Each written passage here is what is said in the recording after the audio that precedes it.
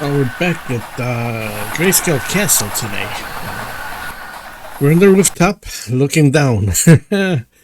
A bit of a bloodbath over the last day or so. Everything kind of went down after closing yesterday.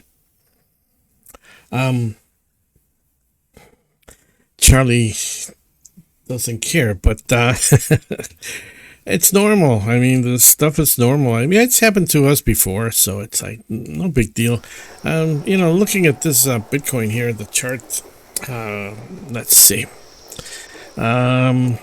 It's time. It's time for it to do a little bit of take a little bit of a break. It's normal. Let me explain what I tend to think that happens. One bad news triggers another one, and everything just triggers. And when the markets are up, and I'm going to show you the Dow Jones, also the chart on Dow Jones. This is the chart on Dow Jones. Okay, I got a new view on my screen here, and it's pretty high. I mean, it's when you're going up all the way up, and you begin teetering to one side or the other side. So it's natural for people to let go of the rope, because they rather fall a few feet than fall when the thing is going up. So what happens, a lot of people put triggers on their stocks, options, whatever market. They put the stop sale stops, limit loss. Sorry about that. To limit their losses, they put these sell orders to automatically sell if the price goes up, keeps going up, and it drops, let's say 5%. It drops 5%. It triggers automatic sale, whether the person is there or not. That's what happened with a lot of trading programs that just kicked in back in 2008 and 1998. They began automatically also selling, and it triggers a huge downfall. There's really no way to stop this. I mean, it's like, if you want to get rid of something, if you place an order ahead of time, not place the order, but to execute a limit. If your limit reaches, it's almost like a robot, a bot basically. It's like a semi bot.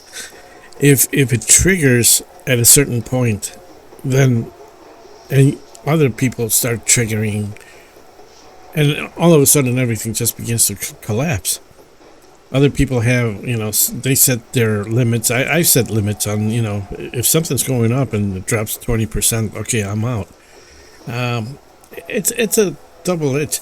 The thing is, if it's gonna drop so much, this is what traders do, okay? If it's gonna drop so much, for instance, I think there's one or two that I have like stop sell orders. Execute a sale if it drops a certain amount. Traders use that quite a bit because they want to limit their losses. Now, if you're going long term, like Berkshire Hathaway, they're not going to trigger losses to sell all their Coca-Cola stock, or they're just going to let it ride because they know it's going to come back sooner or later because it's a good company.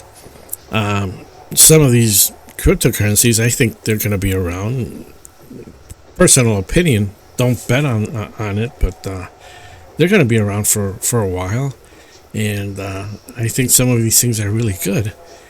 So I don't put a sell order if it drops 50%, because I know when I sell at 50%, the market goes back up, and then I'm catching up. So I basically lose.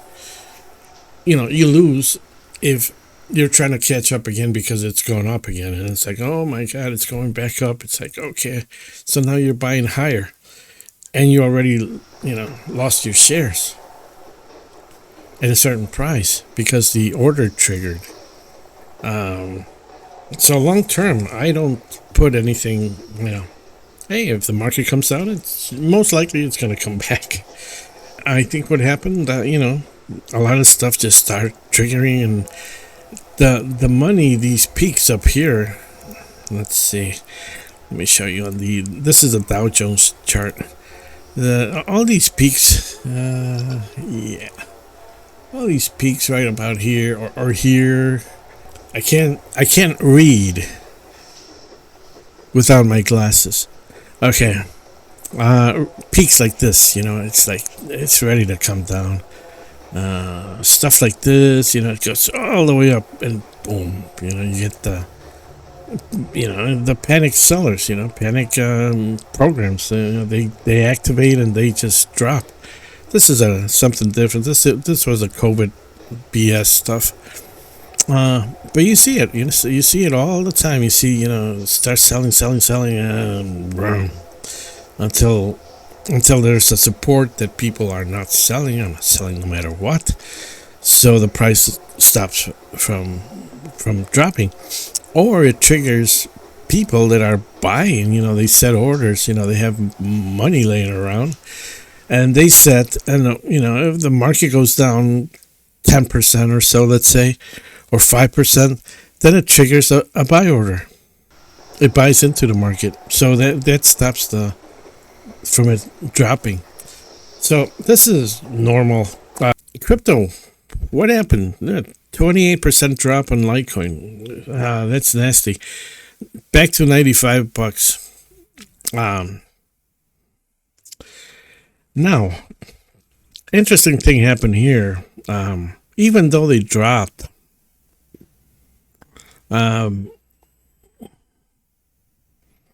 Bitcoin Cash moved up to the 14th position. This is my favorites here, but this is the number 14. Bitcoin Cash moves up to 14th position, even though it's 522. Why did that happen? Because everything else just dropped. So Bitcoin Cash kind of maintained itself, and even though it didn't drop as much as the other ones, which is a nice thing to see, that it's it's kind of more stable, sort of like Monero. It didn't drop a whole lot. I'm surprised that it dropped 28% here in the last 24 hours. Litecoin. Let's see. Can you see that? Yeah, you can see my chart. Let's look at down the line here a little bit. Zcash. It went up 14% yesterday. It's just dropped a little, 3% in the last hour. But altogether, in the last 7 days, 91. It was all green a little while ago. In the last 7 days, 91%. That's nice. Dash has dropped a little bit, but not as bad as some other ones.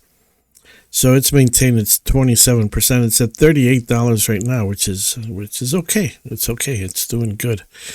The other one, Horizon, dropped 18%, a little bit more, but it hasn't. It was kind of going up a little while ago. And that's pretty much the wrap up. Let's see what happens with Litecoin. Like I say, as the prices go up, things just get volatile. More traders come in. More people don't want to, they put stop orders on their, trailing stop orders and so forth. They don't want to lose. So things like this, flash crashes are going to happen.